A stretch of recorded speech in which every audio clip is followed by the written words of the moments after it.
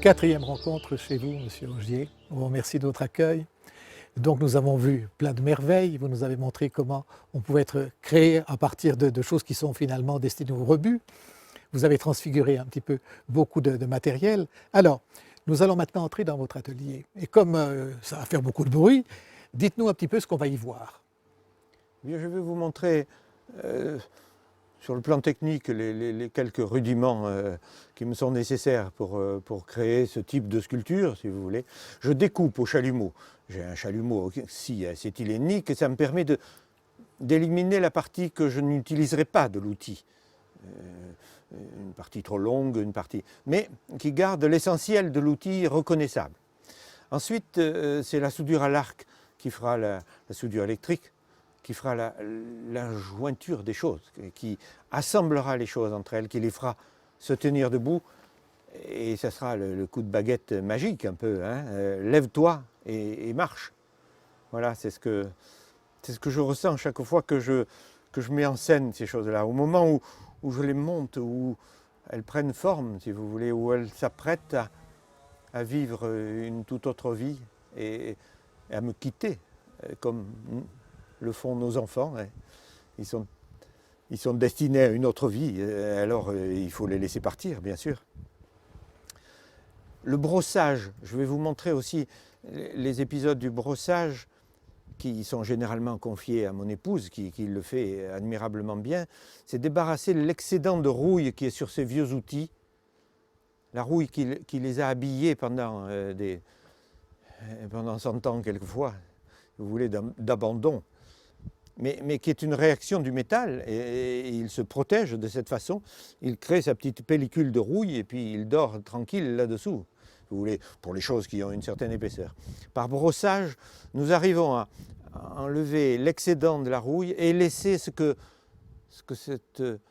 l'usure du temps a quand même donné comme aspect à ces vieux outils. Et c'est ça qui est la surface excellente qui va donner tout son charme et l'aspect final aux sculptures qui auront besoin d'une patine et d'un système de cire posée à chaud et ainsi de suite. Voilà, mais j'ai essayé de vous montrer, je vais essayer de vous montrer l'enchaînement de mon travail répétitif, en quelque sorte, des gestes semblables, mais à chaque fois pour faire naître une attitude différente.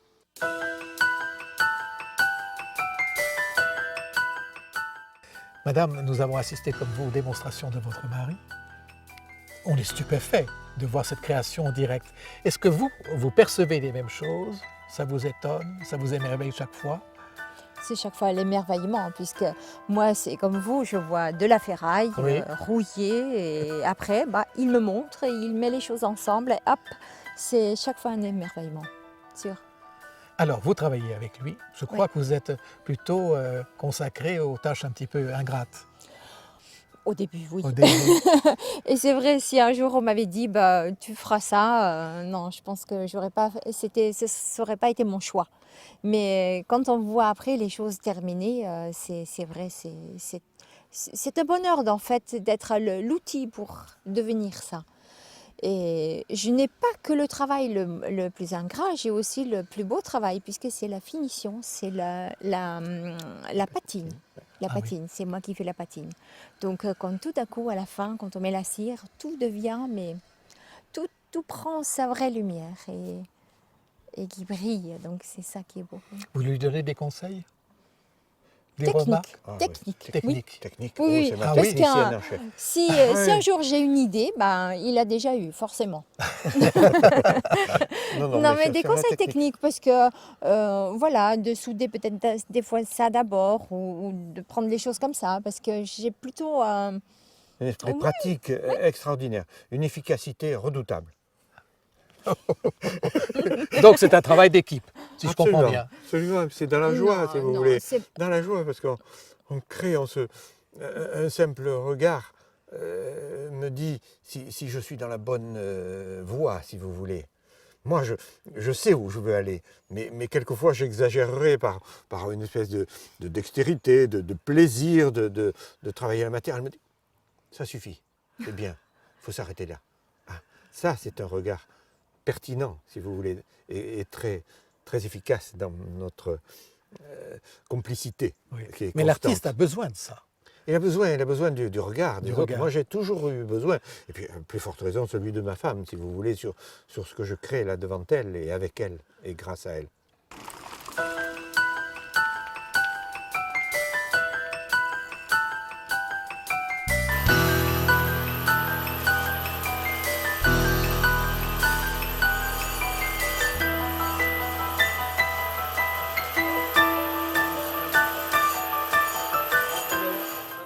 Je garnis le câlin, c'est une petite lampe à huile. C'était la lampe à huile que ma mère utilisait quand elle était toute petite pour faire ses devoirs.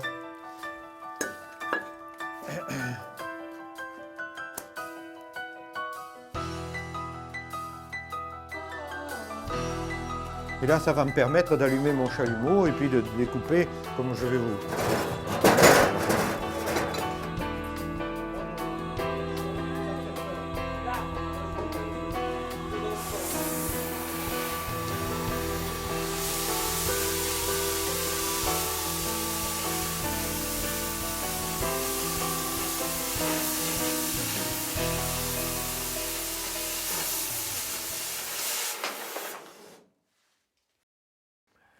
Une fois n'est pas coutume, Monsieur Augier, puisque cette fois-ci, il n'y a pas que des outils. Il m'arrive d'utiliser d'autres matières dans mes compositions. Et ici, nous nous trouvons devant des éléments assez étranges, mais qui sont tout simplement des dents de mammouth. Et qui, par leur strie, ont évoqué le caparaçon de ces chevaux. Et j'ai représenté une scène de joute qui m'a été inspirée d'ailleurs par un très beau bas-relief au musée de Cluny à Paris qui évoque le Moyen-Âge et les tournois. Voilà. Alors, vous voyez cette magnifique matière-là. Il ne reste plus que les mammouths. Voilà. La partie de mastication là, apparente, et puis la partie qui était dans la gencive, sans doute. Voilà. Mais 20 millions d'années nous contemplent depuis ces dents de mammouth là, que j'ai trouvées dans un salon de minéraux et fossiles et qui m'ont inspiré immédiatement cette scène à moi de. Donc il n'y a pas que le métal qui vous inspire. Mais non, une forme quelconque. Voilà.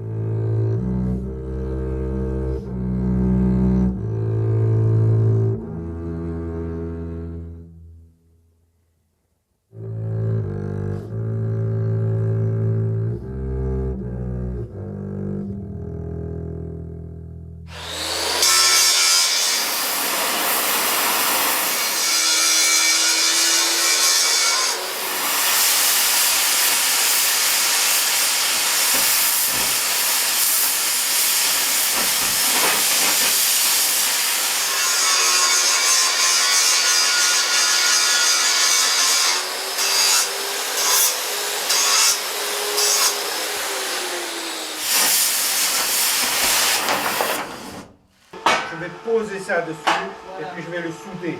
Hein, d'accord ?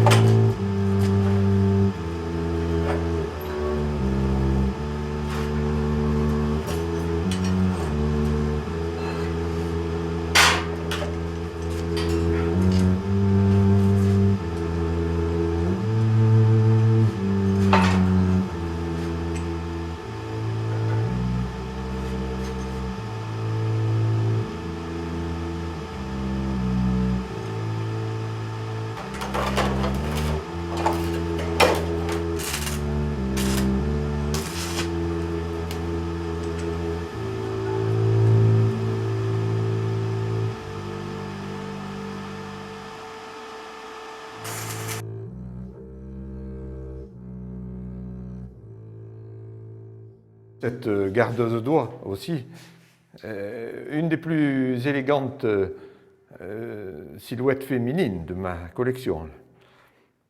La voilà, gardant son troupeau de doigts qui crie en avançant. Voilà. À nouveau, un pied de baignoire qui fait sa coiffe et son voile qui s'envole. Quel bonheur de trouver dans ces formes d'outils toutes sortes d'utilisations. Vous reconnaissez à nouveau des faux qui ont été légèrement transformés pour évoquer la tête de l'animal. Alors nous allons voir aussi un personnage mais qui tourne également. Oui, je vous présente Carmen. Et la voilà en train de virevolter sur la place, là. Ici, le mouvement est créé, si vous voulez, elle tourne sur un roulement à billes.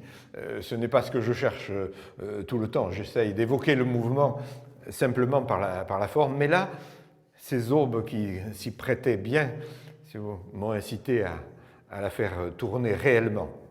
Alors, c'est la préférée de toutes les petites filles qui viennent visiter l'exposition, alors que les garçons, eux, préfèrent les chevaliers que vous voyez dans le fond de cette image. Voilà, ils sont rassemblés là par hasard, mais ce sont les préférés.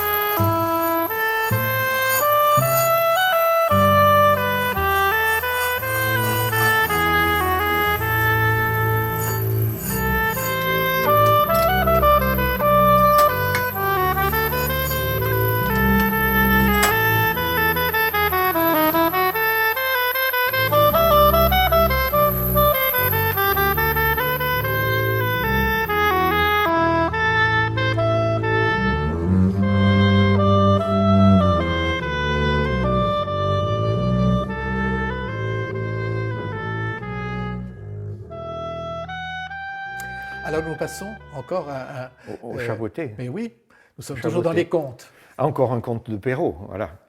Le voilà avec sa cape, il fait le beau, là. Mais c'est sa collerette qui est extraordinaire. C'est un engrenage conique et qui donne le sens de la marche aussi, le sens du vent. Les bottes sont évoquées simplement par un morceau de tuyau que j'ai découpé et ça fait le revers des bottes. Voilà, il a grande allure, ce Ramina Grobis, là. Je n'ai pas vu de forge.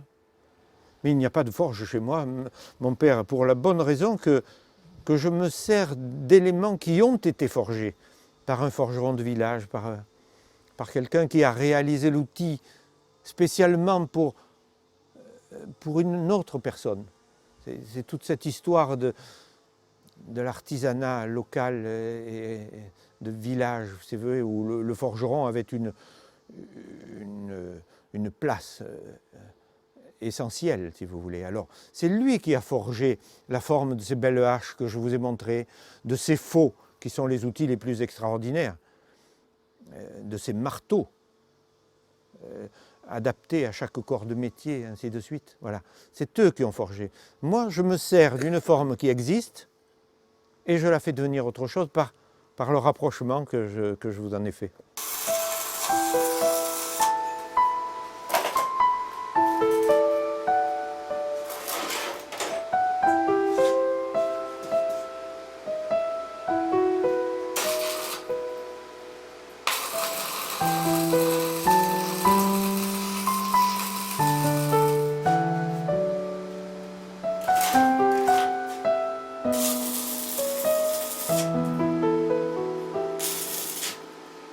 En fait, vous faites œuvre de transfiguration.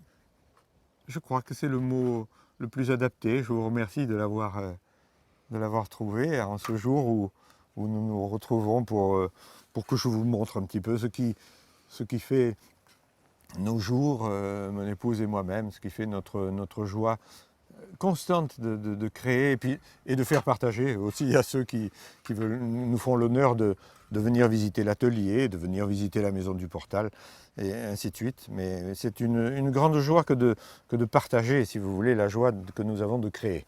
Ces messages un peu que vous voulez laisser. J'espère que quelque chose restera, si vous voulez, de ce bonheur et de ce partage de la beauté. La beauté, qu'est-ce que c'est? C'est aller un petit peu plus loin, c'est rechercher Dieu, je pense. Monsieur Augier, si vous deviez vous définir, qu'est-ce que vous diriez? Je suis peut-être un poète. Je me sers de ces vieux outils comme des mots, et puis j'essaye de les assembler pour en faire une phrase amusante ou joyeuse ou inspirée. Et qui est destiné quand même à nous élever. Je l'espère. Mais restons modestes dans ce domaine. Les artistes qui se prennent un peu trop au sérieux, c'est pas ma voie, si vous voulez. Il faut être très modeste dans ce monde de l'art. On a fait tellement de merveilles, tellement de chefs-d'œuvre. Restons modestes. Faisons chaque jour notre travail d'artisan, en quelque sorte, si vous voulez, par la technique employée et tout ça. Ne rêvons pas trop. Faisons rêver les autres.